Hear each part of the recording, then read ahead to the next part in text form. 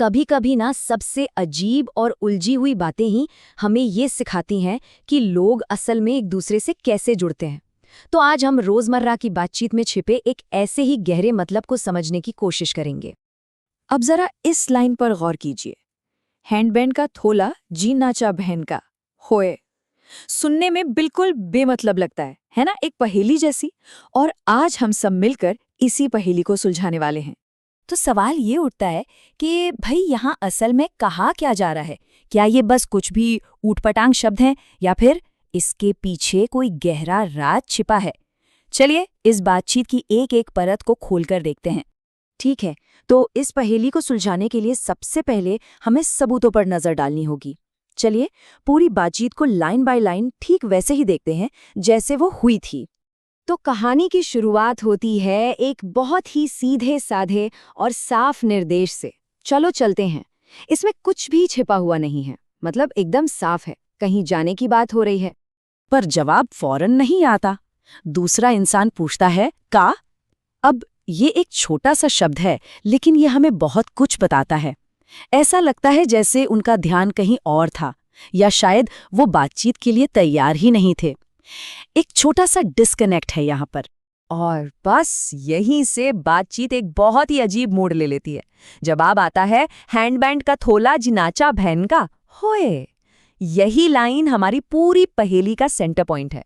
सुनने में तो एकदम बेतुका है, पर इसमें एक मजेदार, एक चुलबुलापन भी है। अब ये देखना दिलचस्प है कि दूसरा इंसान इस मजाक को कैसे आगे बढ़ाता है। वो कहते हैं, अरे नाचती हूँ बाबा, रुको बस। जाहिर है वो सच में नाचने की बात नहीं कर रहे हैं, वो तो बस उसी मजेदार खेल में शामिल हो रहे हैं जो पहले इंसान ने शुरू किया था। और फिर अचानक से ये मजाक खत्म हो जाता है। बातचीत वापस असल दुनिया में आ जाती है। आखिरी शब्द है पकड़। शायद किसी ने कुछ फेंका होगा, और बस ये अजीब और मजेदार बातचीत यहीं खत्म। तो सवाल अब भी वही है कि आखिर इसका मतलब क्या था?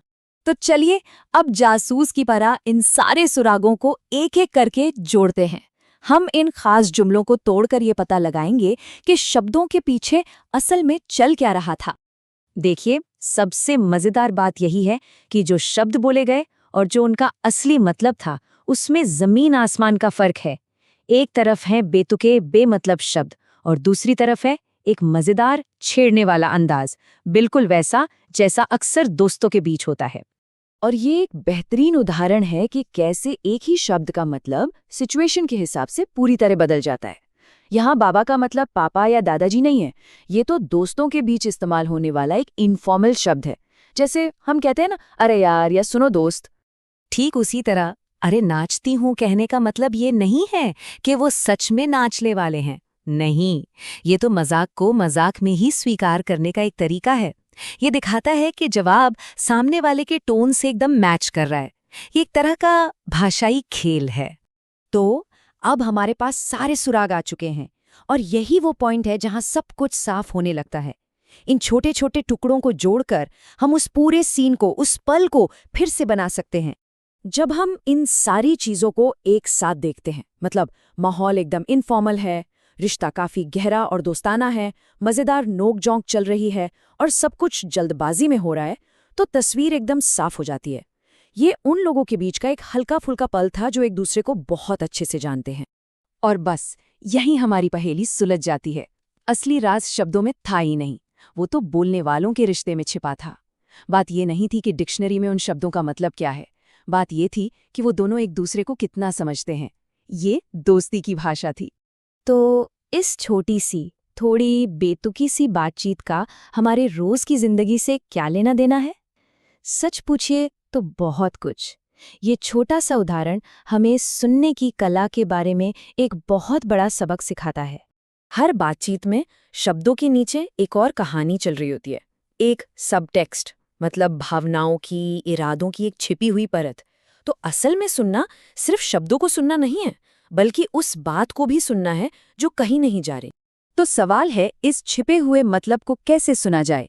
इसके लिए एक सिंपल सा तरीका है। पहला, हमेशा टोन पर ध्यान दें। क्या बात मजाक में हो रही है या सीरियसली?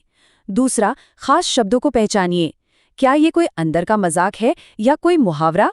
तीसरा, उनके रिश्ते पर गौर करें। और आखिर में इन सारे सुरागों को मिलाकर पूरी सिचुएशन को समझने की कोशिश करें। और ये सब हमें एक बहुत ही दिलचस्प सवाल पर लाकर छोड़ देता है। जरा सोचिए, ऐसी कितनी छिपी हुई बातचीतें होंगी, कितने अनकहे मतलब होंगे जिन्हें हम सब शायद हर दिन सुनने से चूक जाते हैं।